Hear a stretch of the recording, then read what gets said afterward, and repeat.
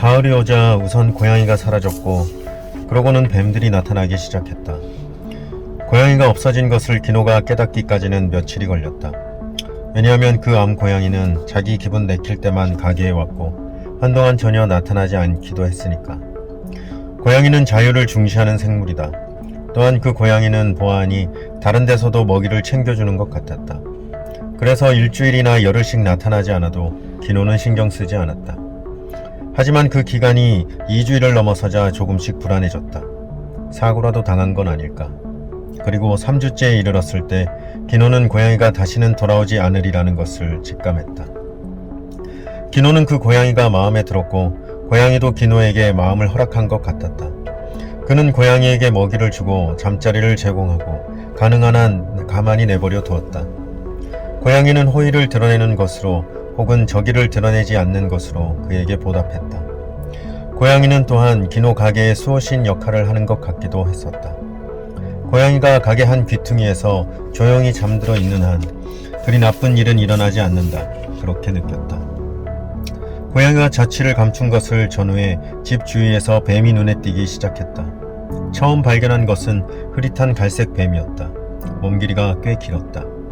뱀은 앞마당에 그림자를 들이운 버드나무 아래를 구불구리며 슬금슬금 기어갔다. 기노는 식료품이 든 종이봉투를 안고 현관 자물쇠를 열려는 참에 그것을 목격했다. 도쿄 한복판에서 뱀을 발견하는 건 드문 일이다.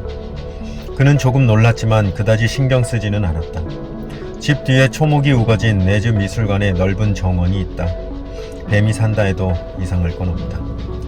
하지만 그 이틀 뒤 그는 오전 중에 신문을 집어오려고 문을 열었다가 거의 똑같은 장소에서 또 다른 뱀을 목격했다. 이번에는 푸른빛을 띤 뱀이었다. 지난번에 본 것보다 자그마하고 어딘지 미끌미끌해 보였다. 그 뱀은 기노를 보자 움직임을 멈추고 목을 슬쩍 쳐들어 그의 얼굴을 살폈다. 기노가 어떻게 할까 망설이고 있으려니 뱀은 천천히 목을 내리고 잽싸게 그늘로 사라졌다. 기노는 그 모습에서 왠지 으스스한 느낌을 받지 않을 수 없었다. 뱀이 마치 그를 알고 있는 것처럼 느껴졌기 때문이다. 세 번째로 또 거의 똑같은 장소에서 뱀을 목격한 것은 사흘 뒤였다. 역시 앞마당 버드나무 아래다. 이번에는 그 전에 두 마리보다 몸 길이가 훨씬 짧고 검은빛을 띤 뱀이었다. 기노는 뱀의 종류를 알지 못한다. 하지만 그 뱀은 지금까지 목격한 것 중 가장 위험한 인상을 풍겼다. 독을 가진 것처럼 보였지만 확신할 순 없다. 그가 그 뱀을 목격한 것은 아주 짧은 순간이었다. 뱀은 기노의 기척을 느끼자 몸을 날리듯 황급히 잡초 속으로 사라졌다. 일주일 사이에 뱀을 3마리나 보다니 아무래도 너무 많다. 이 근방에서 무슨 일이 일어나고 있는지도 모른다. 기노는 이지에 가 있는 이모에게 전화를 걸었다. 간단히 근황을 알린 뒤 지금까지 아오야마 집 주위에서 뱀을 본 적 있느냐고 물어보았다. 뱀? 이모는 놀란 듯 목소리를 높였다. 기어다니는 그 뱀 말이니? 기노는 집 마당에서 연달아 3마리의 뱀을 목격한 이야기를 했다. 그곳에서 꽤 오래 살았지만 뱀을 본 기억은 없는데? 이모는 말했다. 그럼 일주일 사이에 이곳에서 3마리나 보았다는 건 그다지 평범한 일이 아니네요. 그래. 평범한 일은 아니지. 어쩌면 큰 지진이 올 전조 같은 게 아닐까? 동물은 이변의 낌새를 미리 알아채고 평소와 다른 행동을 한다고들 하니까. 만일 그렇다면 비상식량을 준비하는 편이 좋겠군요. 디노는 말했다. 그렇지. 어쨌든 도쿄에서 사는 한 언젠가 한 번은 지진을 만날 거잖아. 그런데 뱀이 원래 지진에 그렇게까지 신경을 쓸까요? 뱀이 무엇에 신경을 쓰는지는 자기도 모르겠다고 이모는 말했다. 기노도 물론 알지 못한다. 그래도 뱀은 무척 지혜로운 동물이야. 이모는 말했다. 고대 신화에서 뱀은 곧잘 사람을 안내하는 역할로 나와. 신기하게 전 세계 어느 신화에서나 공통되는 점이야. 다만 그것이 좋은 방향인지 나쁜 방향인지는 직접 목적지까지 가보기 전에는 알 수 없어. 아니, 대부분의 경우 선한 것이면서 동시에 약한 것이기도 해. 양이죠. 기노는 말했다. 그래, 뱀이란 원래 양이적인 생물이야. 그리고 그 중에서도 가장 크고 현명한 뱀은 누가 제 목숨을 노릴 때를 대비해서 심장을 따로 감춰둔대. 그러니까 그 뱀을 죽이려면 뱀이 제 은신처를 비웠을 때 그곳에 들어가서 박동하는 심장을 찾아내 두 쪽으로 베어버려야 해. 물론 간단한 일은 아니지만. 기노는 이모의 박식함에 감탄했다. 지난번에 NHK 방송을 보는데 세계의 신화를 비교하는 프로그램에서 어느 대학교 선생이 그런 얘기를 하더구나. 텔레비전에도 꽤 유익한 내용이 나온다니까. 무시하기만 할 건 아니야. 시간 나면 너도 텔레비전도 좀 보고 그러렴. 일주일 동안 이 집 주위에서 서로 다른 뱀을 3마리나 본 것은 평범한 일이라고 할 수 없다. 그것이 이모와의 대화에서 한 가지 명확해진 것이었다. 12시에 가게를 닫고 문단속을 하고 2층으로 올라간다. 목욕을 하고 잠시 책을 읽다가 2시 전에는 불을 끄고 잔다. 그런 시간에 기노는 자신이 뱀들에게 둘러싸여 있다는 느낌을 받았다. 집 주위를 무수히 많은 뱀들이 둘러싸고 있는 것이다. 그 은밀한 기척이 느껴졌다. 한밤중이면 일대는 고요하게 가라앉고 이따금 지나가는 구급차 사이렌을 빼고는 아무 소리도 들려오지 않는다. 뱀이 기어가는 소리까지 들릴 것 같다. 그는 고양이를 위해 뚫어둔 문에 판자를 대고 못을 박아 막았다. 뱀들이 집 안으로 들어오지 못하도록. 뱀들은 적어도 현재로서는 기노에게 뭔가를 할 마음은 없는 것 같았다. 그들은 그저 이 작은 집 주위를 고요히 양의적으로 둘러싸고 있을 뿐이다. 그 회색암 고양이가 가게에 오지 않게 된 건 어쩌면 그 탓인지도 모른다. 화상자국 여자도 한동안 나타나지 않았다. 기노는 비오는 날 밤 그녀가 혼자서 가게로 찾아오지 않을까 두려운 동시에 마음 깊은 곳에서 은밀히 원하기도 했다. 그 역시 양의적인 것 중 하나였다. 어느 날 밤 가미타가 10시 조금 전에 나타났다. 맥주를 주문하고 화이트 라벨 더블을 마시고 그 사이에 양배추롤까지 주문해 먹었다. 그가 그렇게 늦은 시간에 가게에 온 것도 그렇게 오래 머무는 것도 이례적인 일이었다. 가미타는 이따금 읽던 책에서 눈을 들어 정면 벽을 가만히 바라보았다. 뭔가를 곰곰이 생각하는 것 같았다. 그리고 폐점 시간이 가까워오자 자신이 마지막 손님이 되기를 기다렸다. 기노씨. 가미타는 계산을 마친 뒤 정색한 목소리로 말했다. 이런 일이 생겨서 유감스럽기 짝이 없습니다. 이런 일이라뇨? 기노는 저도 모르게 되물었다. 가게 문을 닫아야 하는 것 말입니다. 설령 일시적이라 해도. 기노는 말없이 가미타의 얼굴을 쳐다보았다. 가게 문을 닫는다고? 가미타는 아무도 없는 가게 안을 한번 둘러보았다. 그러고는 기노의 얼굴을 보고 말했다. 아무래도 내 말뜻을 아직 이해하지 못하는 것 같군요. 네, 무슨 말인지 잘 모르겠습니다. 가미타는 고백하는 투로 말했다. 나는 이곳이 무척 마음에 들었습니다. 조용히 책을 읽기에도 좋고 흐르는 음악도 좋았어요. 이 가게가 이 장소에 생긴 것이 기뻤습니다. 하지만 안타깝게도 많은 것이 빠져버린 것 같습니다. 빠져버렸다? 기노는 말했다. 그 말이 구체적으로 무엇을 의미하는지 기노는 알 수 없었다. 그가 떠올릴 수 있는 것은 살짝 이가 빠진 찻잔 정도였다. 그 회색 고양이는 이제 여기 돌아오지 않을 겁니다. 가미타는 기노의 말에 대답하지 않고 말을 이었다. 적어도 당분간은. 그건 이 장소에서 무언가가 빠져버렸기 때문인가요? 가미타는 대답하지 않았다. 기노는 조금 전 가미타가 했던 대로 가게 안을 주의 깊게 둘러보았지만 평소와 다른 점은 눈에 띄지 않았다. 다만 기분 탓인지 여느 때보다 공허하게 또한 활력과 색채를 잃은 듯 느껴졌다. 폐점 후의 가게는 안 그래도 횡덩그렁한 법이지만 그보다 더. 가미타는 말했다. 기노 씨는 제 스스로 잘못을 저지를 수 있는 사람이 아닙니다. 그건 잘 알아요. 하지만 옳지 않은 일을 하지 않는 것만으로는 부족한 경우도 이 세상에는 있습니다. 그런 공백을 샛길처럼 이용하는 자도 있어요. 내 말이 무슨 뜻인지 알겠습니까? 기노는 이해되지 않았다. 잘 모르겠다고 그는 말했다. 한번 잘 생각해보세요. 가미타는 기노의 눈을 똑바로 바라보며 말했다. 깊게 생각해봐야 할 중요한 문제입니다. 대답은 그리 간단히 나오지 않겠지만. 가미타 씨 말은 내가 뭔가 옳지 않은 일을 했기 때문이 아니라 옳은 일을 하지 않았기 때문에 중대한 문제가 발생했다는 건가요? 이 가게에 혹은 나 자신에. 가미타는 고개를 끄덕였다. 엄밀히 말하자면 그럴지도 모르겠군요. 하지만 그렇다 해도 기노씨 한 사람만 비난할 생각은 없습니다. 나도 미리 눈치챘어야 했어요. 내가 방심한 탓도 있습니다. 분명 여기는 나뿐만 아니라 누구에게나 거하기 좋은 장소였던 것이지요. 내가 이제부터 뭘 어떻게 하면 되죠? 기노는 물었다. 가미타는 레인코트 호주머니에 두 손을 넣은 채 가만히 있었다. 그리고는 말했다.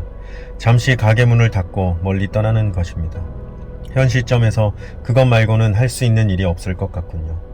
고명한 스님 중 아는 분이 있다면 독경을 부탁드리고 집 주위에 부적을 써붙여도 좋겠지요. 하지만 요즘 세상에 그런 사람은 쉽게 찾을 수 없어요. 이러니 이 다음 긴 비가 내리기 전에 이곳을 떠나는 게 좋겠습니다. 실례지만 긴 여행을 할 만한 여유 자금은 있습니까? 기간에 따라 다르겠지만 한동안은 감당할 수 있을 겁니다. 기노는 말했다. 다행이군요. 나중 일은 나중에 생각하는 수밖에요. 그런데 당신은 대체 누구시죠? 나는 그저 가미타라는 사람입니다. 가미타는 말했다. 귀신 신의 밭전자를 쓰지만 간다는 아니에요. 오래전부터 이 근처에 살고 있습니다. 기노는 마음을 정하고 물어보았다. 가미타 씨, 한 가지 물어보고 싶은데 지금까지 이 근방에서 뱀을 본 적이 있습니까? 가미타는 그 말에는 대답하지 않았다. 명심하십시오. 되도록 멀리 떠나고 되도록 자주 이동해야 합니다. 또 한 가지, 매주 월요일과 목요일에는 반드시 그림 엽서를 보내주세요. 그러면 기노 씨가 무사하다는 걸 알 수 있습니다. 그림 엽서? 그 지역의 그림 엽서라면 뭐든 괜찮습니다. 그 엽서를 누구한테 보내죠? 이지의 이모님 앞으로 보내면 좋겠지요. 보내는 사람 이름도 메시지도 일절 써서는 안 됩니다. 오로지 받는 사람 주소와 이름만 쓰세요. 중요한 사항이니 절대 잊으면 안 됩니다. 기노는 놀라서 상대의 얼굴을 보았다. 우리 이모를 알아요? 네, 이모님을 아주 잘 알고 있습니다. 신은 그분에게 미리 부탁을 받았어요. 당신 신상에 나쁜 일이 일어나지 않도록 잘 지켜봐 달라고. 하지만 아무래도 그 기대에 부응하지 못한 것 같군요. 이 남자는 대체 누구인가? 하지만 가미타가 제 입으로 밝히지 않는 이상 기노는 알 도리가 없었다. 이제 돌아와도 괜찮다 싶으면 알려드리겠습니다. 기노씨, 그때까지는 이 근처에 오지 않도록 해야 합니다. 알겠습니까? 기노는 그날 밤 여행 가방을 꾸렸다. 이 다음 긴 비가 내리기 전에 이곳을 떠나는 게 좋다. 그것은 너무도 느닷없는 통보였다. 설명도 없을 뿐더러 전후 사정도 불명확하다. 하지만 기노는 가미타의 말을 그대로 믿었다. 매우 난폭한 이야기였지만 의심할 마음은 왠지 생기지 않았다. 가미타가 하는 말에는 논리를 뛰어넘은 신비한 설득력이 있었다. 갈아입을 옷과 세면도구는 중형스럴도 백 하나로 충분했다. 스포츠용품 회사에 다니던 시절 이 가방에 직접 짐을 꾸려 출장을 다녔다. 긴 여행에 무엇이 필요하고 무엇이 필요 없는지 잘 알고 있다. 날이 밝자 그는 대단히 죄송하오나 당분간 휴업합니다라고 쓴 종이를 가게 문에 핀으로 꽂았다. 멀리라고 가미타는 말했다. 하지만 구체적으로 어디로 가면 좋을지 생각이 떠오르지 않았다. 북쪽으로 갈지 남쪽으로 갈지 그것도 알 수 없었다.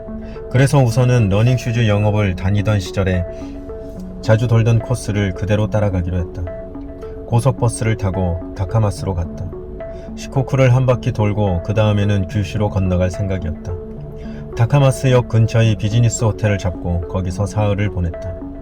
거리를 정처 없이 돌아다니고 영화를 몇 편 보았다.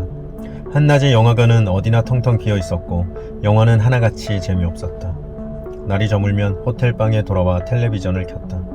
이모의 권유에 따라 교육방송을 중심으로 보았다. 하지만 유익한 정보는 아무것도 얻을 수 없었다. 다카마스에서 보낸 이틀째가 목요일이었기 때문에 편의점에서 그림 엽서를 사서 우표를 붙여 이모에게 보냈다. 가미타가 하라는 대로 이모 이름과 주소만 썼다. 사흘째 밤에 문득 생각이 나서 여자를 샀다. 전화번호는 택시 운전기사가 알려주었다. 상대는 20살 전후의 젊은 아가씨로 몸매가 늘씬하고 아름다웠다. 하지만 그 여자와의 섹스는 처음부터 끝까지 무미건조했다. 그것은 단순한 성욕 해소에 지나지 않았고 그나마 거의 해소도 안 되는 것이었다. 도리어 갈증이 더해졌을 뿐이다. 한번 잘 생각해보세요. 가미타는 말했다. 깊이 생각해봐야 할 중요한 문제입니다. 하지만 아무리 깊이 생각해도 지금 무엇이 문제인지 기노는 이해할 수 없었다. 그날 밤은 비가 내렸다. 빗발이 그리 굵지는 않지만 멎을 조짐이 보이지 않는 전형적인 가을 장마였다. 여러 말을 되풀이하는 단조로운 고백처럼 단락도 없고 강약도 없다. 언제부터 내리기 시작했는지조차 이제는 생각나지 않는다. 기나긴 비가 불러오는 것은 싸늘하게 젖은 모략감이다. 우산을 받쳐들고 어딘가 나가서 저녁 먹을 마음도 들지 않는다. 그렇다면 아무것도 먹지 않아도 된다. 베갯머리의 유리창이 가느다란 물방울로 뒤덮이고 물방울은 줄줄이 새 것으로 바뀌어 갔다. 기노는 유리창 물 무늬의 세세한 변화를 종잡을 수 없는 마음으로 관찰했다. 그 물 무늬 너머로는 어두운 거리가 끝없이 펼쳐져 있었다. 포켓병에 든 위스키를 잔에 따르고 같은 양의 생수로 희석해 마셨다. 얼음은 없다. 복도의 제빙기까지 걸음을 옮길 기분도 나지 않았다. 미지근한 술이 나른한 몸에 잘 스며들었다. 기노는 구마모토역 근처의 싸구려 비즈니스 호텔에 묵고 있었다. 낮은 천장, 좁은 침대, 작은 텔레비전, 작은 욕조, 밤톨만한 냉장고, 방은 모든 것이 아담한 사이즈였다. 그런 곳에 있으니 마치 자신이 보기 흉한 거인이 된 기분이었다. 하지만 그는 그 비좁음을 딱히 불편하게 느끼지도 않고 종일 방에 틀어박혀 있었다. 비가 오기도 해서 근처 편의점에 잠시 다녀온 것을 빼고는 한 번도 밖에 나가지 않았다. 편의점에서는 위스키 포켓병과 생수, 그리고 안주로 먹을 크래커를 샀다. 침대에 누워 책을 읽고 책을 읽다 실증나면 텔레비전을 보고 텔레비전을 보다 실증나면 다시 책을 읽었다. 구마모토에서 머문 지 나흘째였다. 은행 잔고도 아직 여유가 있으니 마음만 먹으면 좀 더 괜찮은 호텔에서 묵을 수도 있었다. 하지만 지금 자신에게는 이 정도 장소가 딱 어울린다는 느낌이었다. 비좁은 곳에서 가만히 있다 보면 쓸데없는 생각을 할 필요도 없고 팔을 뻗으면 대부분의 물건이 손에 닿는다. 기노는 그것이 의외로 고마웠다. 여기에 음악까지 있다면 더 바랄 것 없겠다고 그는 생각했다. 테디 윌슨, 빅 디킨슨, 버 클레이턴 같은 고풍스러운 재즈가 때때로 간절히 듣고 싶었다. 견실한 테크닉, 심플한 코드, 연주하는 것 자체의 소박한 기쁨, 기막힐 정도의 낙천주의. 지금 기노가 원하는 것은 그런 이제는 존재하지 않는 종류의 음악이었다. 하지만 그의 레코드 컬렉션은 멀리 떨어진 곳에 있었다. 불빛이 꺼지고 괴괴하게 가라앉은 문 닫힌 기노의 내부를 그는 떠올려 보았다. 골목 안쪽 키 큰 버드나무. 찾아온 손님들은 휴업을 알리는 그를 보고 체념한 채 발길을 돌린다. 고양이는 어떻게 되었을까? 돌아왔다고 해도 문이 막힌 것을 알고 분명 실망했으리라. 그리고 비밀스러운 뱀들은 아직도 그 집을 조용히 포위하고 있을까?